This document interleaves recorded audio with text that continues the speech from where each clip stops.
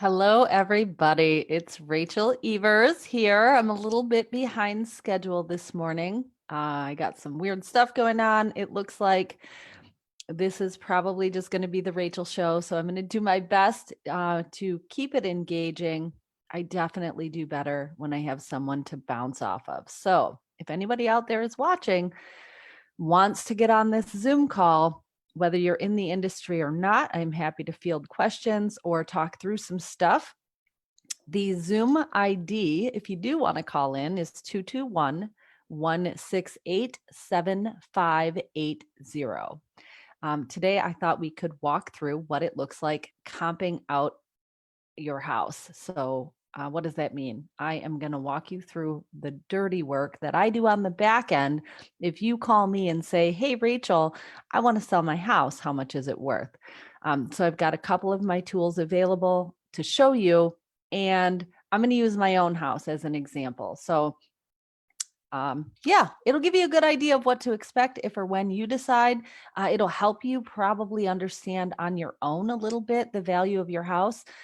And if you are somewhere else in the world, it'll give you a good, hopefully a litmus test so you can gauge whether the agent or agents that you are interviewing for the position are, really doing their work. And keep in mind, I am in Southeast Michigan, and real estate is very contextual. So I tell my clients this all the time. The advice that I give you today, or the results or suggestions or strategies that make sense today, right now, are valid for this market. 6 months from now, if the market shifts dramatically, our strategy needs to change. Selling a house effectively for top dollar is very strategic. So when you are reverse engineering the steps you're going to take, it's always contextual for the market that you're selling in. And, I know those are words and they do mean something. And it's like, what the heck is she talking about? A good example would be right now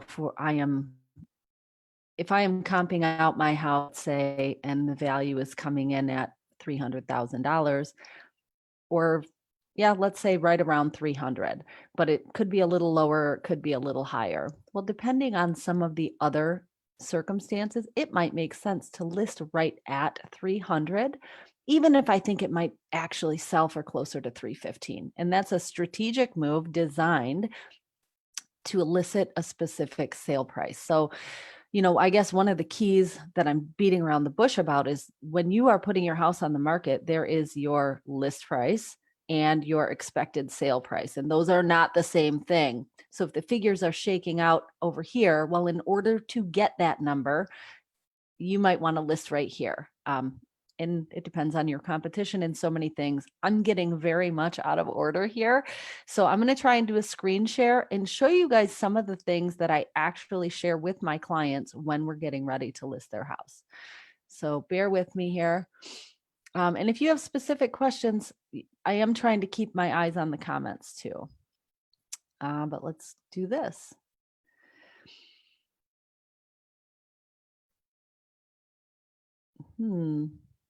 Here we go. I'm working on getting the screen share up. And I don't know why it's not working. There we go. Okay.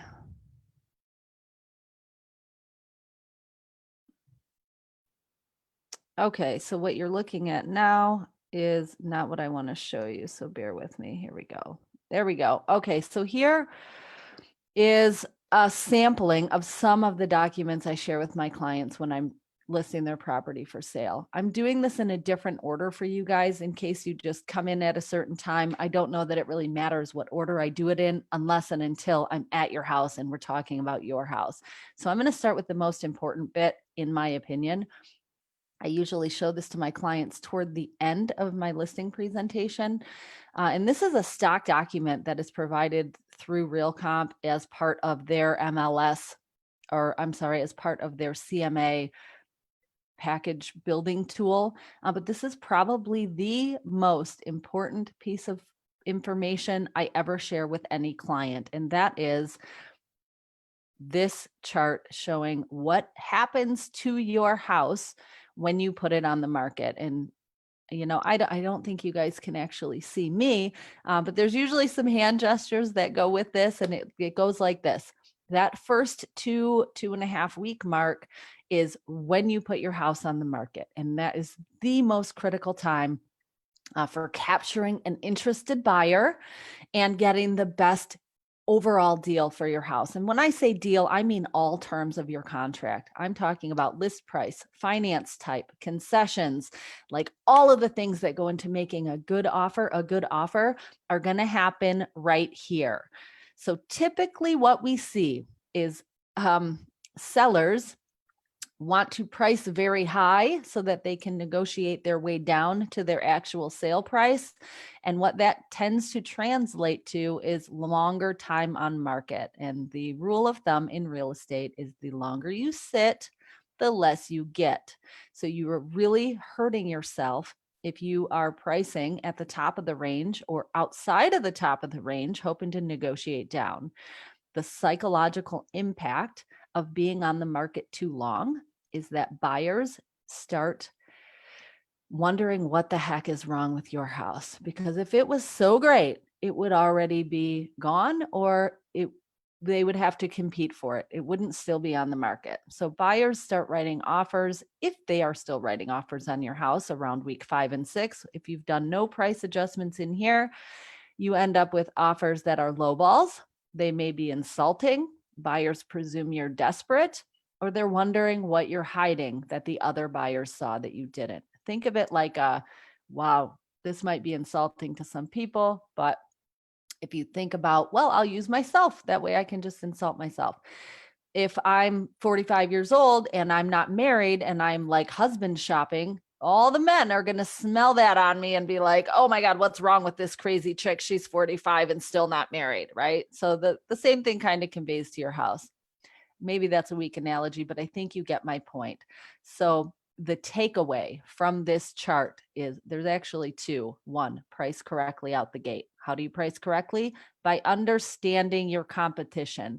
If all of the houses like yours are priced at $300,000-ish, and you're over there pricing at $325,000, well, now you are a turd of a house alongside all of the other actual $325,000 houses. Now, pricing your house correctly is an art and a science. So the art piece comes in when you put that dang thing on the market, because we're getting in a range, right? You pay attention to the activity, because we can get very close, but the market will tell us if we did our job right. So what happens right here is there is another opportunity to recapture the interest of those buyers that maybe came and saw the house here because we were close, but decided not to buy it. I hope this is making sense. If you're not tracking with me, like I said, feel free to answer or ask questions. All right, so I'm going to go pop over to here. So again, like I said, this is kind of out of order, but this is give you an idea of all the crap that has to happen in the background when you're selling a house. This is actually valuable for buyers too. But this map starts, and I feel like I should give away game pieces when I give away this sheet so that you can like move your little character to get to the closing table. But right here is your purchase agreement. You start with that, and the purchase agreement from a seller point of view, and this is super important. The purchase agreement for the seller is completely binding. What do I mean by that? Well, and again, Southeast Michigan, generally speaking, based on most contracts that I deal with, your contract trumps anything that I say. So if you are in a contract, pay attention to that, not what I'm telling you. But your purchase contract is going to lay out all of the terms. So you're going to have your sale price. You're going to have the finance type. You're going to have the title insurance policy that they're requesting. You're going to have the title insurance company that the buyer maybe is using for their lender's policy. You're going to have occupancy. You're going to have inspection requirements and closing deadline. Like, there are way more terms to a purchase contract than just the price. What's included? Is there anything excluded? So you really got to be diligent up here that you are comfortable with all of this playing out exactly as written, because there's a very high likelihood that all of these things will play out exactly as written. And as a seller, you have zero opportunity to get out of the contract or to change your mind without risk of huge legal repercussions. The buyer, on the other hand, has like 5 chances to walk away unharmed. So let me walk you through what that means. Let's say you are selling your house and you have a purchase contract for $300,000 and you're comfortable with all the terms, whatever they are. You did the negotiation, you got what you needed. The buyer, as part of their contract, is going to do an inspection. This piece is purely subjective. This is super important because this is the buyer's opportunity to choose whoever the heck they want. Could be their Uncle Bob, could be their brother, could be a professional that they hired, and that professional could be a total piece of crap or a super expert, amazing inspector. Like you have no say in the matter. It can be whoever they want. Like if they want to bring their Aunt Mary, who has an eye for teasing out if the house is haunted, they can freaking do that. And if that buyer decides they are not satisfied with the results of the inspection, they can walk away. Typically, they don't have to tell you why. They don't have to prove to you that something's really wrong with your house. You don't have to believe that it's haunted or not. Does not freaking matter. What does matter is the timeline around the inspection, because this does not last forever. There is a tight window. If you did your job right up here, there is a tight window here where the buyer gets their inspector in and they have the option to say, yes, this is about what I expected for a house of this age, in this condition, in this location, in this price range. If the buyer is not happy, they can come to you and say, hey, Mr. and Mrs. Seller, can you fix these items? Or can you give us money off? Or can we adjust the purchase price? Or some combination of those things. You as the seller can say, no, take a hike, I'll find a different buyer. But if you say that, then your current buyer can still come back and say, okay, never mind, I'll continue along with the terms we agreed up here. So as a seller, you can say no to any request, but you can't say no, and I'm not selling you my house anymore. The buyer has the right to walk away. The seller does not have the right to walk away. So for our scenario, let's imagine that we get through this piece. Whatever, we negotiated a little bit of money and a couple of repairs. We're moving on. The next thing that happens typically is if there's a mortgage, and sometimes even if there's not, if it was negotiated up here, again, we have to go back to the original contract, that an appraisal is part of the contract, and typically it is. That's where the lender sends out a third party to verify the value of the property. And I'm going to stop here and talk to that for a minute, because the appraiser is just a guy or a girl who has some training, and a lot of training actually, and they're just looking to support the value and protect the investment of the lender. So an appraisal is not the value of your house. It is another opinion of value of your house. And usually by this point, we already have 4 opinions or something close to it, right? You've got the seller, your opinion. You've got the agent representing the seller, their opinion, which is supported by data. You've got the buyer's opinion and the buyer's agent's opinion. All 4 of those pieces come together to make your contract. And then the appraiser comes along to verify that you guys aren't doing shady business, right? They want to protect the lender from loaning money on a property that may not be worth the mortgage amount. Let me say that another way. The lender has no way of telling if there's even a house there. So if you're a scammer and the buyer's a scammer, the lender needs somebody to go out and make sure there's actually a house for sale, and that it's not a shack worth 50 grand and they're giving you a $300,000 loan. It's an extreme example just to make a point. And with many loan types, the appraiser is also going to verify certain conditions of habitability. They're looking for safety minimum requirements. Examples are the property has to have a heat source in Michigan. They watch for missing handrails, heaved concrete, peeling paint, missing GFIs. remember, another important piece, the appraiser is not an inspector.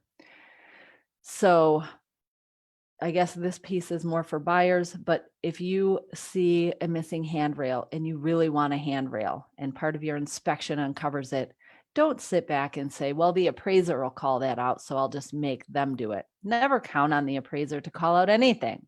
They're people too, and just like people, sometimes you get a guy who's having a bad day and he's going to call out every little freaking thing and kill your deal if the seller won't do those repairs, or you're going to get an appraiser who maybe is a little more chill and says, I know I'm supposed to call that out, but it's not really a safety hazard, even though technically it might be.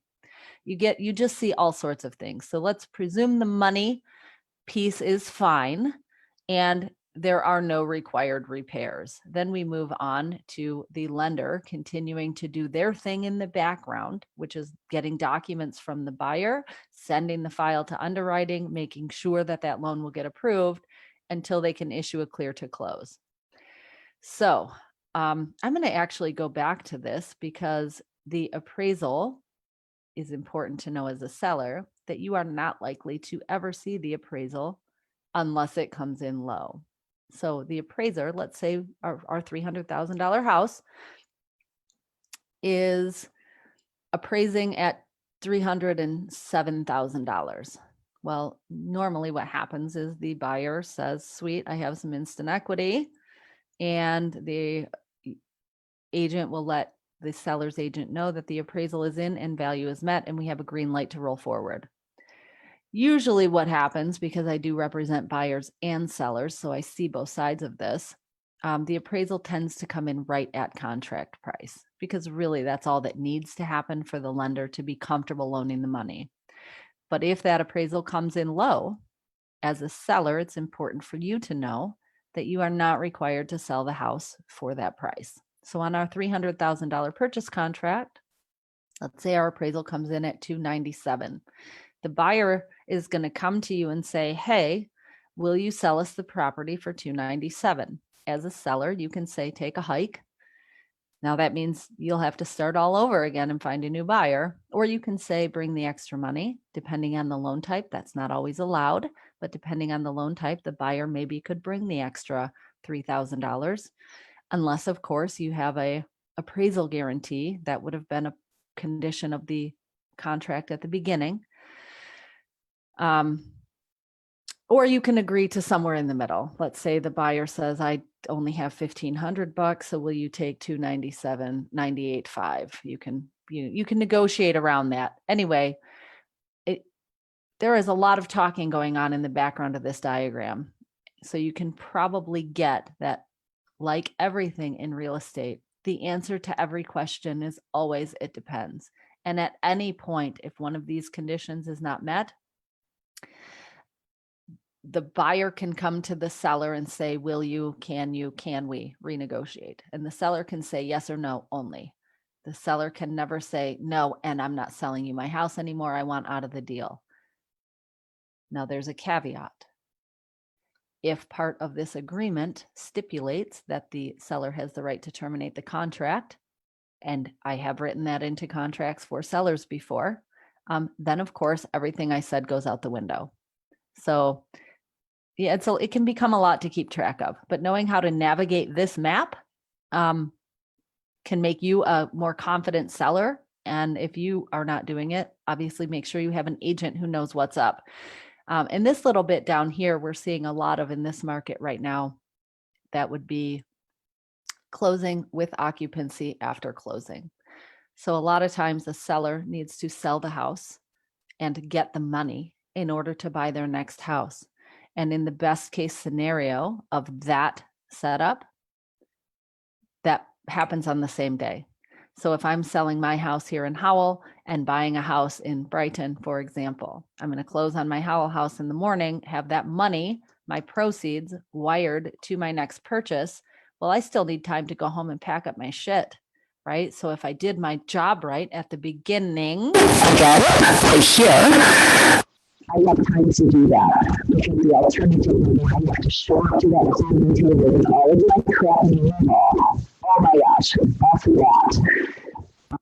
And boy, another rabbit trail exists right there. Let's imagine I packed up all my crap and moved, and I show up to closing in a U-Haul, and the buyer gets in a catastrophic wreck on the way to closing. Well, if they don't show up to sign the freaking mortgage, I did not sell my house.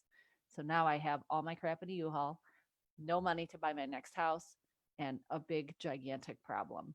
So, um, in the alternative scenario, I guess, would be I do have time to move out and I don't get out in time. But these are like, now I'm really way off in the weeds. Generally speaking, here's your process. And that process takes 4 to 6 weeks, sometimes 8, depending on what you negotiated up here. So, wow, this is way less fun without somebody to talk to. Anyway, I'm going to go to, let's see, I've got right here. Okay, so let's do the comp analysis right here. So when I am analyzing the value of a property, and I did this for my own property here in Howell, I use as many tools as possible. So the first place I look is public record, which I don't have here for you to look at, but what I take is I wonder if it's on here, I bet you.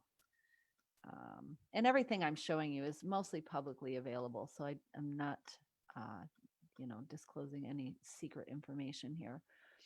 I just have it easy access because I pay good money for that access. Okay, I do not see my public record. Doesn't matter. First thing I do is I look up public record. I take the AVM. I'm not the AVM, the SEV, state equalized value of the property, double it, and that gives me approximately the assessor's opinion of value. This is a tool that I use. These are all just Zestimates, basically. You understand what a Zestimate is. It's an algorithm. It data mines and crunches that data in a certain way to spit out a value to try and understand the value of your property. So my thinking is, since there's nowhere to go look up the value of your house, it's not like the spot price of gold where you can go find out the spot price of gold today right now and then do it again tomorrow. We're painting a picture. So I use a holistic approach, and I approach this like making soup. This is what I tell my clients. There's no good one ingredient soup. You can't boil potatoes and call it soup. I mean, you can, but it won't be very good. So I use a lot of ingredients to paint a nice picture so we can get a really robust understanding of the value of your property. So for my house, one of the tools I use, and again, these are provided to realtors because we have to pay all the fees for all the access to all the things. So item number 1 gives me an estimate of value and a range of value. So as we go through these tools, one of the things I pay attention to is the range of value, because the wider the spread, the less accurate this number usually is. And things that I watch for are consistency in the numbers. If all the tools are spitting out similar numbers and my manual reports support those numbers and the active competition supports those numbers, then I can have a very confident understanding of the range of value. When I start seeing values all over the map, different tools spitting out wildly different numbers, which happens, or all of them have incredibly wide ranges of value, that guides me on what kind of manual reports I need to run. So tool number 1 for my house says $341,000. It's got a low confidence score and a wide range of value. So I can kind of confidently say, okay, we're in the $300,000 range, maybe.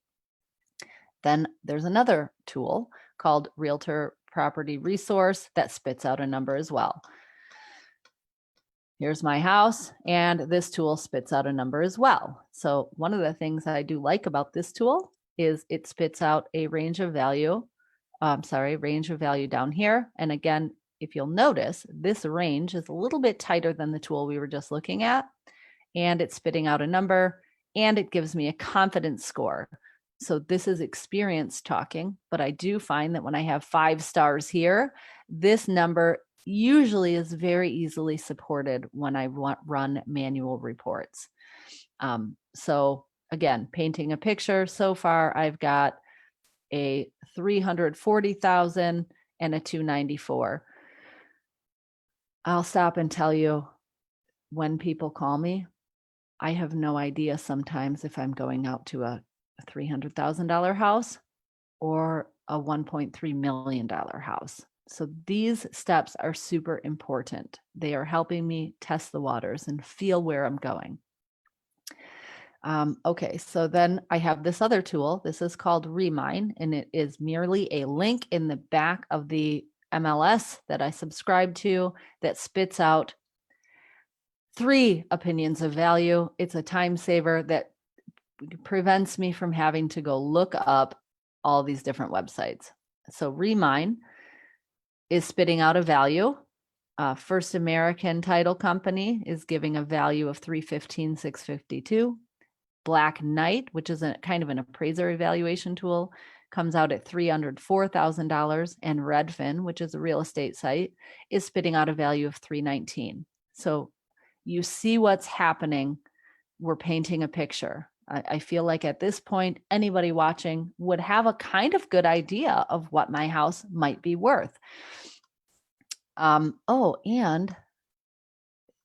I forgot to talk about public record. So I did a little bit at the beginning, and I promise this is more interesting when we're talking about your house.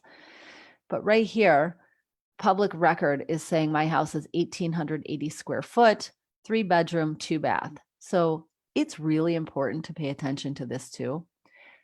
Public record is notoriously incomplete and often wildly inaccurate. So every tool that we have looked at so far is spitting out their data based on what they have access to, which is public record.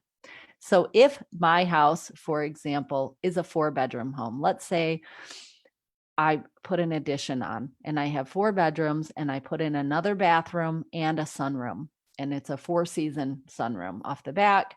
Even if I pulled the permits, that's not necessarily going to be updated here. So now my square footage is, say, 2,100. These are pretty good sizes I put in. Then that understanding that piece while I consume all of this other data is going to help me understand that these values are likely to be low because the source data is inaccurate. In my case, it's not inaccurate. So now that I've been at the house and seen it, I can know that, okay, these are probably good. So then the last piece is, this is not what I wanted to show you. Well, I can use this. So the last piece, and these are figures from another house that I did comp. I removed the address, but let's pretend it's 3120 East Coon Lake Road. I take all of these figures and plug them into this sweet tool that crunches the numbers for me. Now I'm taking notes to understand, like, for example, some of the figures from Remine have a low range of value of 93. I can go look at those comps and try and understand why those figures are so low. Often it's because, especially in these rural areas where I am, you may have a manufactured home or a tiny little turd of a cabin, and the property sells for the price of the property. So there are lots of reasons why you'd have low numbers here and high numbers here. But again, we're painting a picture. This is science and art. So we run the numbers, and all of these sources, I also look up the Zillow's estimate. And this is important to pay attention to, because whether it's accurate or not, the likelihood that the buyer is going to see your house on Zillow is very high. So if I'm listing at 325 and Zillow has me at 306, we need to market and position so that buyers aren't out there going, why is this property so overpriced? On the flip side, if we're listing at 275 and Zillow says 306, we need to position in such a way that it doesn't feel like this house is a total turd. What the heck is wrong with it? So now we get into the art portion and marketing. So for this particular property, I did run 3 manual reports. This house, I want to look at the neighborhood and understand the value of houses in that neighborhood. This makes a humongous difference because some neighborhoods, even though the houses may be similar, some neighborhoods command more money because of the neighborhood. Some neighborhoods command less money because of the neighborhood. The houses may be closer together. There may be amenities missing or in existence. There may be higher or lower association dues or an assessment that has to be inherited, or you're trying to sell it with the property. So many factors. So we need to understand what the neighborhood says about the house. I need to understand what the mailing address says about the value of the house. And in some cases, it makes sense for me to reverse engineer things. So in this case, the property was valuating around $300,000, as you can see right here. So we got a ballpark $300,000 house. So then I want to know, if I look at everything for sale right now in this market for around $300,000, how does this house compare? Is it better? Is it worse? And I'm going to stop and tell you, and I know I'm just going on and on here, but the most often overlooked piece of marketing a property is looking at your freaking competition. Because if you're saying you want to list at 300,000 and you expect to sell around 300,000, you're targeting a pool of buyers who are looking at all of the other competition that's on the market for 300,000. So if you go look at those houses and your house kind of sucks compared to them, then you're doing it wrong, because the buyers are going to see that too. And this is where you get into that problem of a pipe dream and you're not paying attention to this diagram. Most important piece right here, and it is explained by this. You got to know what you're up against. And down here, I have like some of the criteria that I use to run these reports. You can see, these are kind of notes to myself so that I understand when I go back to look at this, what the heck I was thinking, what criteria was showing up as important. And I think, hang on, did I do everything? Okay, no, I didn't. Okay.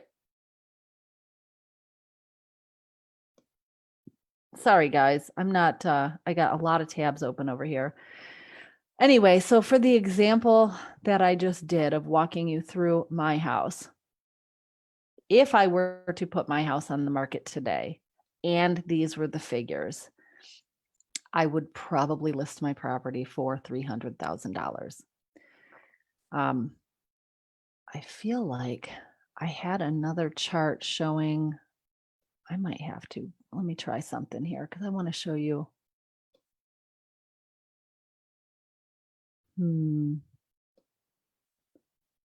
What I want to show you is a manual report, because we do them in the MLS. I want to show you the details that I can get out of one of those, and I may not have one open. I guess we can talk about, oh, well, here's kind of one. Yeah, that one's no good. But let's talk about what you can see now, which is this brag list. So one of the things that I recommend that my sellers do is put together a list of awesome stuff about your house. So this can help in a couple of ways. And it doesn't have to be anything fancy, as you can see. This is literally just a Word document that I turned into a PDF and attached to the listing. So one of the documents that you provide when you put your house on the market is called a seller disclosure, and it's required by Michigan law that you complete it and put it with your house. In addition to that, because the seller disclosure is boring and ugly, and you should always fill it out truthfully, just as an aside, it actually protects you as a seller. So don't hide shit or don't leave shit blank if you know the answer. But in addition to that, all of the stuff that nobody's going to see, like they may see, but they may not process, or they may not realize, or they may not notice. Like a good example, custom slate tiles around the fireplace. Well, if I go view this house, I may notice that there's like stonework around the fireplace, but it may not register that they are custom and slate. I may not realize that the cable channel is hidden, like all of the details, all the little shit, travertine and glass tile mosaic. I may see those with my eyes and not understand that it's travertine. I may not realize that the laminate flooring is, a waterproof with a 20-year warranty. So any kind of brag list that you can provide about your property, this is the psychology, people, makes it more appealing for buyers. They feel, and any receipts and documents you can provide, put together a booklet, put it on the counter, even if it's just your freaking manuals and a couple of utility bills. It takes away all of the unknowns from the psychology of the buyer. And if you think about the psychology of a buyer, they're excited and terrified. They are nervous sighted. For any of my My Little Pony fans out there, that's a word. So as much of that uncertainty that you can take away while keeping them excited is going to help you. So now we're getting into the devil is in the details. Buyer may go into your basement and see that there's an egress window, but it may not register for them that that could be a fourth bedroom. So you just want to make it easy for people to love your home and want it. So a list like this goes a longer way than you think. Oh, here's another one. You're getting ready to put your house on the market. So back to the devil's in the details. This is a little checklist. I actually got this from another agent in my brokerage. Shout out. Thank you, Esteban. You can Google these or make your own if you're an agent, but it's handy because when you live in your house, you live there, so you don't see it the same way a buyer does. And I'm a perfect example of that. I go into show ready homes all the time. But right now I live in my house and it is, I don't want to say it's gross, but I'm certain there are messes that I don't even notice. I don't clean my baseboards. But if I'm putting my house on the market, I'm paying somebody to come in and clean it because they're going to see it differently than I do. But as many of these little things that you can do to make your house really shine, the faster it's going to sell. And for more money, you're just going to have a better sales experience. And, you know, people ask often when they're selling their house if they should, remodel the kitchen, or should I put in granite? Here, it's me again. And my best advice, because I'm not a fan of like spending big money on a risk that you're not likely to get back, that ROI. So the best places to spend money, if you're trying to not spend money, are on a clean freaking house. Clean your house, fix the little crap. You got a little paint chip, you got a wall with some scuffs on it. Paint is so cheap and you can do it yourself. So freshen it up, clean up the little crap. And I mean, painting your front door, believe it or not, is consistently year over year the biggest ROI move you can make. So get out the shop vac around your front door, put a fresh coat of paint on it, make it feel welcoming, inviting. And like, that's another thing. Like, devil is always in the details. I could go on and on.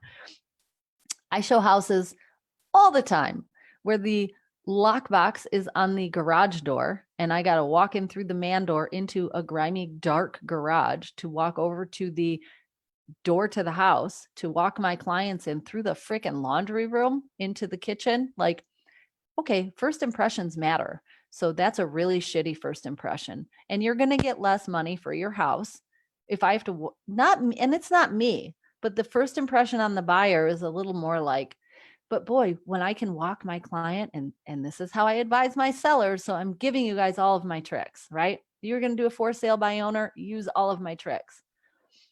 Walk the people through the most appealing entrance. If you have a kick-ass 3-season room and a back entry where you like park, let's say you pull past your house up to a 2-car garage and walk in through this gorgeous room, route your buyers through there. Or you have a grand, beautiful entry, and this is the most common in a single family home, at least in my area. Walk them around through that meandering stone walkway up to your grand front porch with your beautiful front door, which is why you shop vacked it and put that fresh coat of paint on it. And you've got a beautiful wreath and you unlock it and walk in and it's like, oh, welcome to this amazing home. That's your first impression. And then the buyer wants to explore and they're lit up and excited. First impressions matter.